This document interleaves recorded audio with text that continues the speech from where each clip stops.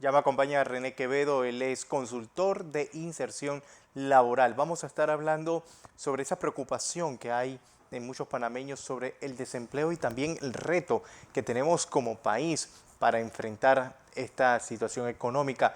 Señor René, gracias por estar con nosotros. Bienvenido, buenos días.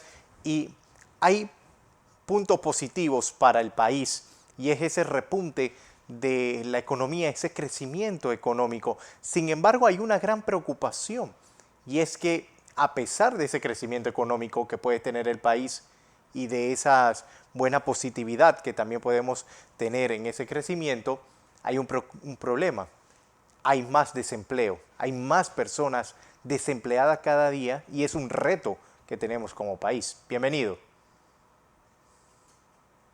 Buenos días, gracias por la invitación. Sí, efectivamente, tal como había sido pronosticado, se está viendo un repunte del Producto Interno Bruto, muy impulsado por las exportaciones de cobre y la recuperación del mercado internacional. Sin embargo, el sector interno se mantiene deprimido, muy condicionado a las restricciones de movilidad. eh, Lamentablemente, Panamá es un país donde el 70% de los empleos son presenciales, de tal manera que eh, las cuarentenas, toques de queda, controles de acceso tienen un impacto lamentablemente devastador. Eh, Esto está ocasionando una tendencia al alza en el desempleo. De hecho, pasamos de 18,5% a 20%. Todavía nos quedan unos 81.000 trabajadores con contratos suspendidos en el sector terciario, el sector más impactado por las restricciones de movilidad. Eh, de tal manera que creo que es importante que se priorice. Hasta ahora la prioridad ha sido la vacunación más que la generación de empleo, eh, por, el, por el tema, digamos, el objetivo ha sido sanitario. De tal manera que en la medida en que se levanten las restricciones de movilidad, se dosifique un poco también, y eso es un tema que todos tenemos que ponernos de acuerdo y apoyar, dosificar un poco la narrativa del terror. Cada vez que alguien habla de una nueva cepa, alguien pierde el empleo, alguien no se le contrata. Por otro lado, tenemos un sector privado totalmente descapitalizado. Hace falta inyectar urgentemente liquidez a la economía. El consumo cayó aproximadamente en unos 600 millones de dólares mensuales, muy concentrado en estratos inferiores, en socioeconómicos inferiores. 4 de cada 5 trabajadores que perdieron sus trabajos ganaban menos de 750 dólares mensuales. Esto está siendo parcialmente compensado por el bono solidario.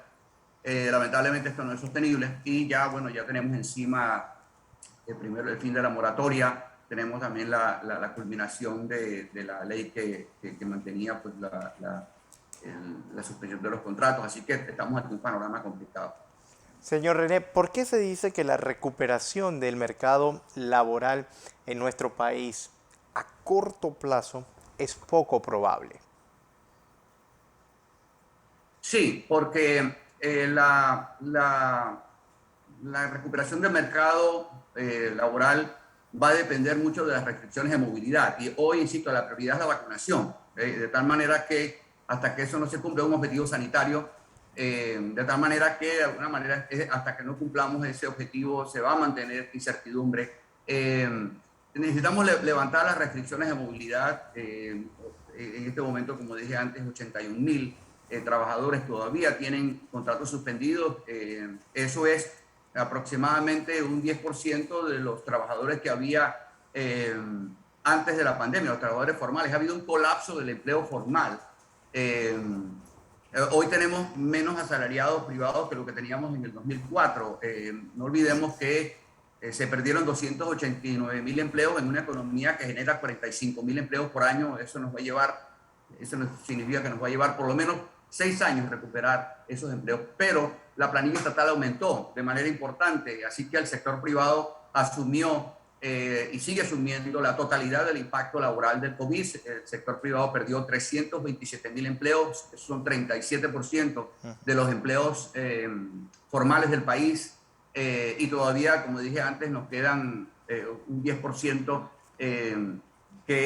cuya sostenibilidad está complicada. Así que hasta que no se eliminen totalmente las restricciones de movilidad, las perspectivas de recuperación del mercado laboral van a seguir inciertas, independientemente digamos, de lo que hagamos, ¿no? Estamos lamentablemente en una economía 70% presencial. Mientras eso no ocurra, insisto, va a ser complicado. A pesar de que, insisto, el aumento, la expansión de la economía es un buen síntoma, pero no es automática. El incremento del Producto Interno Bruto no es automáticamente signo de que la recuperación del mercado laboral es automática, no, va a llevar tiempo, ¿no? Y yo lo estimo que será más a principios del año que viene. Y esto será un pase de factura por haber tomado como país una de las restricciones más severas a causa de la pandemia por el coronavirus y mucho antes de tiempo, como han mencionado algunos de los expertos en economía. Bueno, sí, lamentablemente Panamá, y a mí no me gusta hablar de, digamos, de lo que pudo haber sido, etcétera. Panamá adoptó las políticas de confinamiento más severas de toda Latinoamérica y pagó el precio socioeconómico más alto. Es decir, el costo sanitario, el costo económico de la estrategia sanitaria incluyó la cuarta peor caída de Producto Interno Bruto en el mundo, la pérdida de 15% de la fuerza laboral, su sector privado perdió 37% de sus empleos formales, la Caja del Seguro Social perdió 40% de sus ingresos y el consumo cayó en 600 millones de dólares mensuales. Ese es el costo sanitario, el costo económico de la estrategia sanitaria. Insisto, no lo digo como una crítica, simplemente, digamos, una observación. De tal manera que todas las decisiones en materia económica han estado supeditadas a objetivos sanitarios. El objetivo en este momento es sanitario, es lograr un porcentaje, 70% de vacunación. Insisto, eso, digamos, forma parte de la estrategia, pero obviamente eso tiene un costo económico. Ya llevamos, o sea, más de 400.000 nuevos desempleados, ya había 146.000 antes de la pandemia, así que estamos hablando de que hoy tenemos aproximadamente 500.000 de desempleados. Y hasta que la situación económica y concretamente las restricciones de movilidad no sean removidas del todo, va a seguir la incertidumbre. Porque, señor René, el 37% de los panameños o de la mano de obra ha perdido su trabajo según los informes que tenemos y las cifras. Sin embargo, muchos de ellos han incursionado en la Sí, informalidad. Y esto es denominado por algunos como emprendimiento. En realidad, más que emprender, sí. ¿no será para sobrevivir el diario vivir? Sí, bueno, yo creo que parte del problema es que tenemos un estigma asociado a la informalidad, ¿no? ¿Quiénes son los informales? Y estos son criterios de la Organización Internacional del Trabajo. Primero, los empleados que no tienen contrato laboral, los independientes, aunque coticen y paguen a la Caja del Seguro Social, yo soy informal, los patronos con menos de 5 trabajadores, las empleadas domésticas y los trabajadores familiares. Ese segmento de la población es el motor del empleo del país. Antes de la pandemia, 52% de todos los empleos generados en la década 2009-2019, recuérdense que esa fue la época cuando construimos, ampliamos el canal, hubo mega obras, etcétera, fueron informales, 52%. Con el COVID aumentó ese porcentaje, agregó 40 puntos, no agregando empleo informal, sino destruyendo empleo formal. Si hacemos la medición 2010-2020, 92% de los empleos generados en esa década fueron informales y el otro 8% fueron aumentos de la planilla estatal. Si no hubiera habido aumentos en la planilla estatal, el desempleo del año pasado no hubiera sido 18%, hubiera sido 25% y hoy estuviéramos hablando no de 20%, sino de 30% de desempleo. Entonces, de alguna manera, los aumentos en la planilla estatal han estado enmascarando la pérdida de capacidad de la economía para generar empleo formal y eso tiene directamente que ver con el deterioro del clima de inversiones. No va a haber empleo formal si no hay inversión. La inversión privada, sin inversión privada no habrá generación de empleo formal. Eso presupone de que tiene que haber una perspectiva de negocio, o sea, rentable para que haya empleo formal. Entonces, yo creo que el emprendimiento, que sí efectivamente es empleo informal definido por la OIT, ha sido y seguirá siendo el motor del empleo, tenemos una crisis, tenemos un colapso del empleo formal. Si nosotros no generamos empleo formal, la Caja del Seguro Social está condenada a muerte, hagamos lo que hagamos, porque, insisto, las cotizaciones a la Caja del Seguro Social dependen del empleo asalariado. Entonces, pero al mismo tiempo también tenemos que incorporar a los trabajadores informales al régimen de cotizaciones. Solamente el 17% de los trabajadores informales cotiza en la Caja del Seguro Social. Ahora, lo que sí queda claro es que la noción esta de que los informales son buhoneros y extranjeros no se sustenta en las cifras. Como punto de referencia, antes de la pandemia, entre el 2018 y 2019, que se generaron 52.000 empleos, todos informales, el 72% de esos empleos fueron profesionales universitarios con más de 50 años de edad. ¿Qué quiere decir esto? Que antes de la pandemia ya había muchos profesionales universitarios maduros emprendiendo. Esto obviamente se ha acelerado con la pandemia. La pandemia agregó 8 puntos a la informalidad. Como dije antes, no agregando empleo informal, sino excluyendo empleo formal. De hecho, hoy 70% de la fuerza laboral del país son informales y funcionarios. Entonces, eso no es sostenible. Entonces, tenemos que encarar a corto plazo. Hay, digamos, la urgente necesidad de eliminar las restricciones de movilidad, eliminar cuarentenas, toques de queda, controles de acceso, 1. 2, dosificar la narrativa del terror. Y 3, inyectar urgentemente liquidez a la economía. Eso solamente puede venir a través de financiamiento bancario e inversión extranjera. En ese sentido, creo que es importante porque hay una competencia muy fuerte por inversión extranjera en todo el país. De hecho, nuestros vecinos, los ticos, son hoy, proporcional a su economía, el país que más atrae inversión extranjera. Yo siempre digo que la mejor estrategia para atraer inversión extranjera al país es la experiencia de los inversores extranjeros que ya están acá.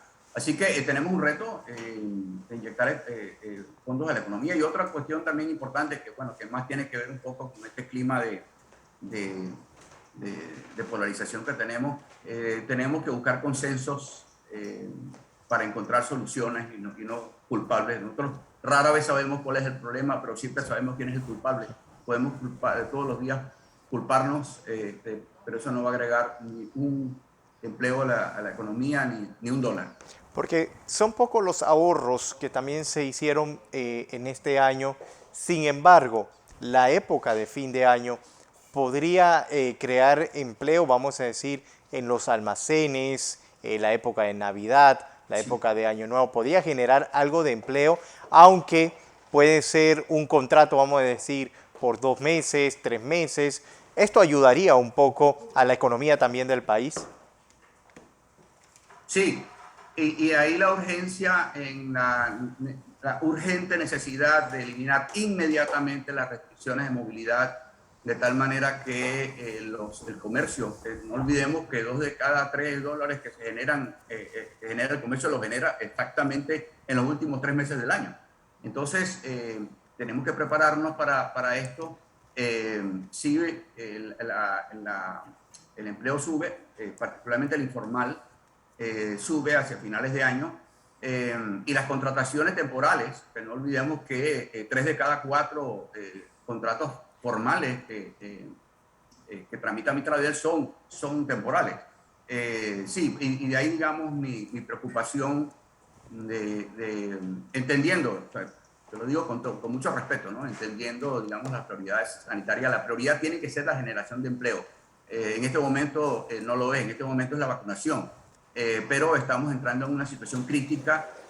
Me preocupa mucho la culminación de la moratoria, me preocupa muchísimo qué va a pasar con esos 81.000 trabajadores con contratos suspendidos. Muchas empresas no van a tener la capacidad de poder reintegrarlos. ¿Qué va a pasar?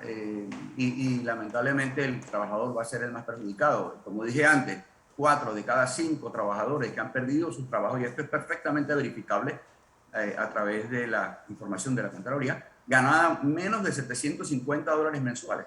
En el sector turístico, que es un sector que definitivamente hay que reactivar, pero lamentablemente mientras haya restricciones de movilidad, las perspectivas están complicadas. En el sector hoteles, bares y restaurantes, 3 de cada 4 empleos formales que había antes de la pandemia desaparecieron o están suspendidos. En el sector logístico es 7 de cada 10. Así que estamos ante una situación, y en el sector comercio es 1 de cada 2, o sea, es la mitad. Entonces, urge hacer de la generación de empleo la primera prioridad, con el mayor de los respetos a la necesidad del plan de vacunación. Y es una, o sea, de alguna manera, yo lo interpreto, la generación de empleo es un deseo, la vacunación es un objetivo. O sea, y lo vemos, hay planes, mediciones, hay una campaña mediática muy importante. Debemos hacer algo parecido con la generación de empleo. Pero bueno, entendiendo de que estamos ante una situación complicada desde el punto de vista sanitario, a pesar de que, bueno, ya se han administrado más de 5 millones de dosis de la vacuna. Estamos hablando, ya ayer hubo menos de 300 nuevos casos de COVID. Así que yo creo que es cuestión de decidir que la primera prioridad sea la generación de empleo, porque el impacto socioeconómico de la pandemia va a ser muy, muy superior al impacto sanitario. Como dije antes, ¿no? Lamentablemente el gobierno está teniendo que pedir prestado para pagar planilla y pagar subsidios. Va a ser muy difícil, a pesar de que ya se está viendo algo de movimiento en cuanto a la recaudación. Todavía estamos muy por debajo del nivel de 2019. Entonces, mientras no haya reactivación de esos contratos, mientras no se libere la economía, no se mueva el ITBMS, no se mueva el impuesto sobre la renta, etcétera, y se mueva el empleo asalariado privado.